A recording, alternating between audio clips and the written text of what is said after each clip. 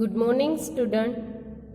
Today we are going to learn unit number 3, have and has.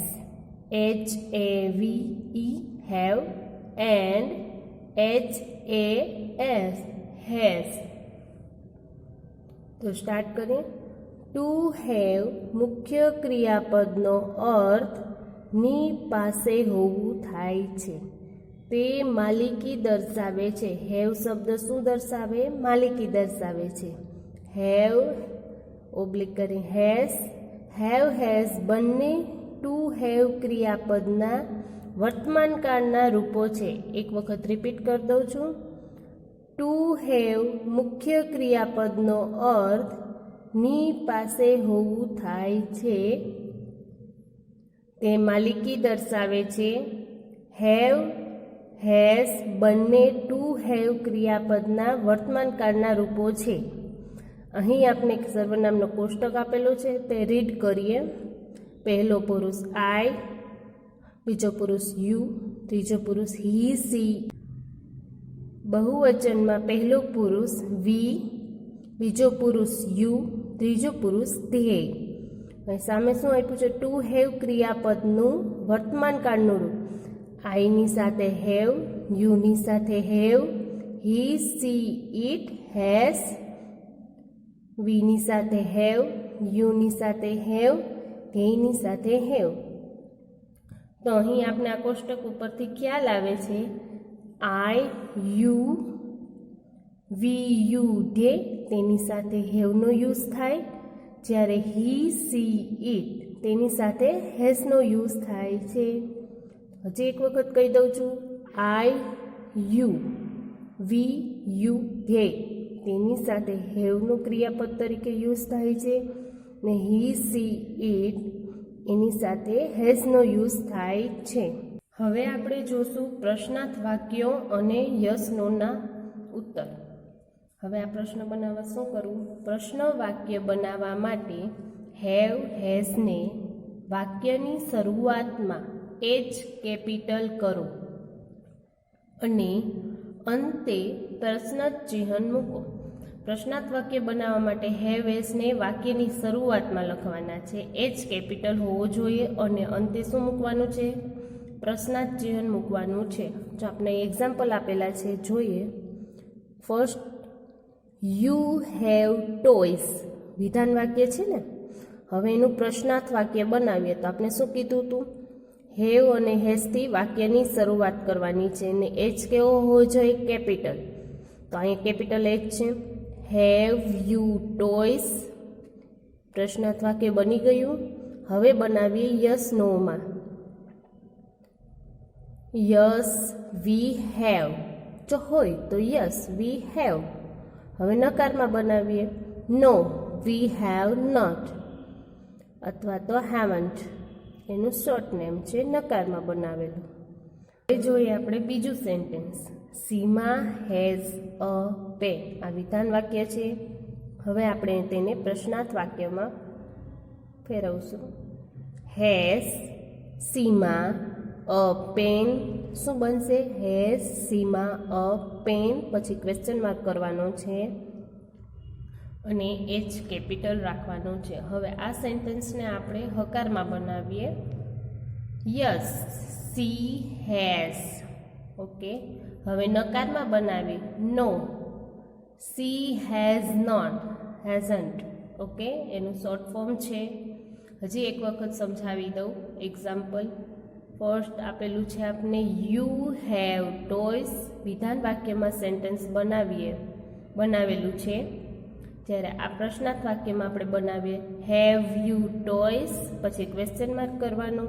જ્યારે હકારમાં sentence બનાવતા હોય તો વાક્યની શરૂઆત યસથી થાય ને. Yes we have. અને નકારમાં બનાવતા હોય ત્યારે no we have not. Okay. Second છે સીમા હેઝ અ પેન.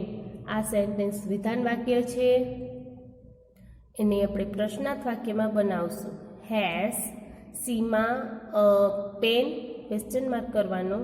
અને હવે હકારમાં આપણે આ સેન્ટેન્સ બનાવશું. હકારમાં સેન્ટેન્સ બનાવતા હોય ત્યારે વાક્યની શરૂઆત ક્યાંથી થાય? યસ. Yes she has. હવે નકારમાં બનાવશું. નકારમાં સેન્ટેન્સ બનાવતા હોય ત્યારે વાક્યની શરૂઆત ક્યાંથી થાય? નોથી. નો સી હેઝ નોટ. ઓકે, સમજાણું ને? હવે આપણે એક્ટિવિટી સ્ટાર્ટ કરશું. શું કીધું છે? ફર્સ્ટ, હેવ અથવા હેઝ વડે ખાલી જગ્યા પૂરો. એક્ઝામ્પલ આપેલું છે, હવે એ જોશું. રાજ એન્ડ રવિ ખાલી જગ્યા બુક્સ. રાજ અને રવિ ખાલી જગ્યા બુક્સ. ઓકે, અહીંયા આપણે પહેલો પુરુષને ધ્યાનમાં રાખીને શું મૂકશું? આપણે હેવ આપેલું છે ને. Raj and Ravi have books. First, the teacher ખાલી જગ્યા અ ડસ્ટર. ટીચર છે, એક ટીચર જ હોય ક્લાસમાં, તો આપણે શું મૂકશું? હેઝ.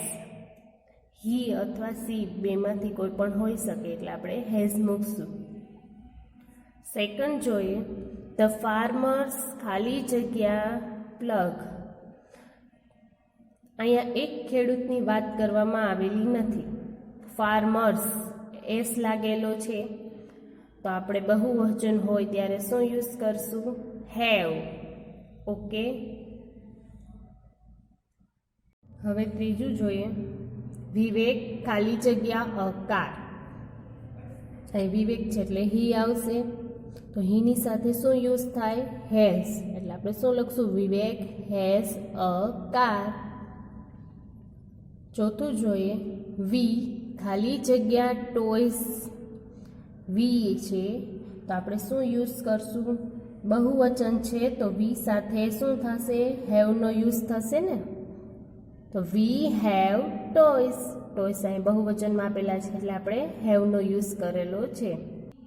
હવે ફિફ્થ, શું કીધું છે? ઉમા એન્ડ નીલા ખાલી જગ્યા ડોલ્સ. બહુવચન આપેલું છે ડોલ્સ, તો આપણે શું યુઝ કરશું?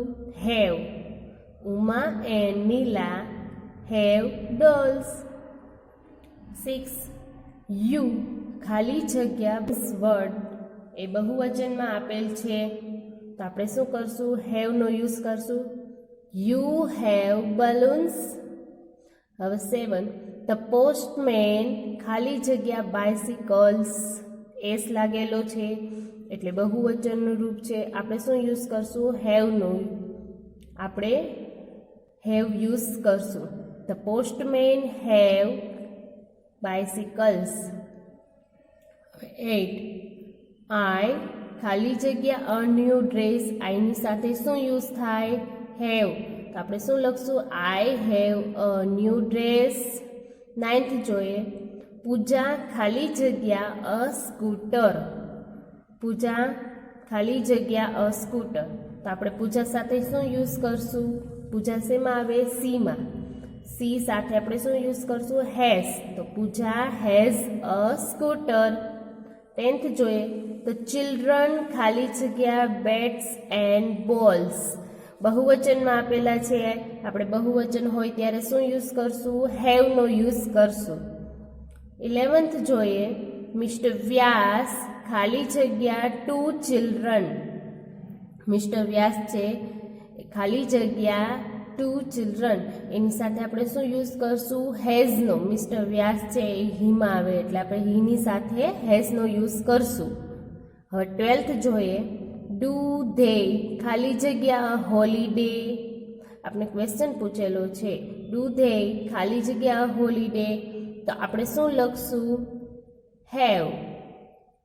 Do they have a holiday. 13 જોઈએ, જય એન્ડ અદિતિ ખાલી જગ્યા મેની સ્ટોરી બુક્સ. અહીંયા મેની શબ્દનો યુઝ થયેલો છે, સાથે સાથે સ્ટોરી બુક્સ બહુવચનમાં છે, તો આપણે શું યુઝ કરશું? હેવ. હવે જોઈએ 14th, વી ખાલી જગ્યા કલર્સ પેન્સિલ. પેન્સિલ છે, એસ એક પેન્સિલની વાત નથી, એસ લગાડેલું છે એટલે બહુવચનમાં છે, તો આપણે શું યુઝ કરશું? હેવ. વીની સાથે શું યુઝ થાય? Have. We have colour pencil. 15. The elephant ખાલી જગ્યા a long trunk. The elephant have a long trunk. Okay. Now 16. Dhyey ખાલી જગ્યા એન ઓલ્ડ હાઉસ. એ ધ્યેય આપેલું છે તો ધ્યેયની સાથે આપણે શું યુઝ કરશું? હેવ. તો આપણે શું લખશું? ધ્યેય હેવ એન ઓલ્ડ હાઉસ. નાઉ 17. આઈ ખાલી જગ્યા એન આઈડિયા. આઈની સાથે શું યુઝ થાય? Have. I have a idea.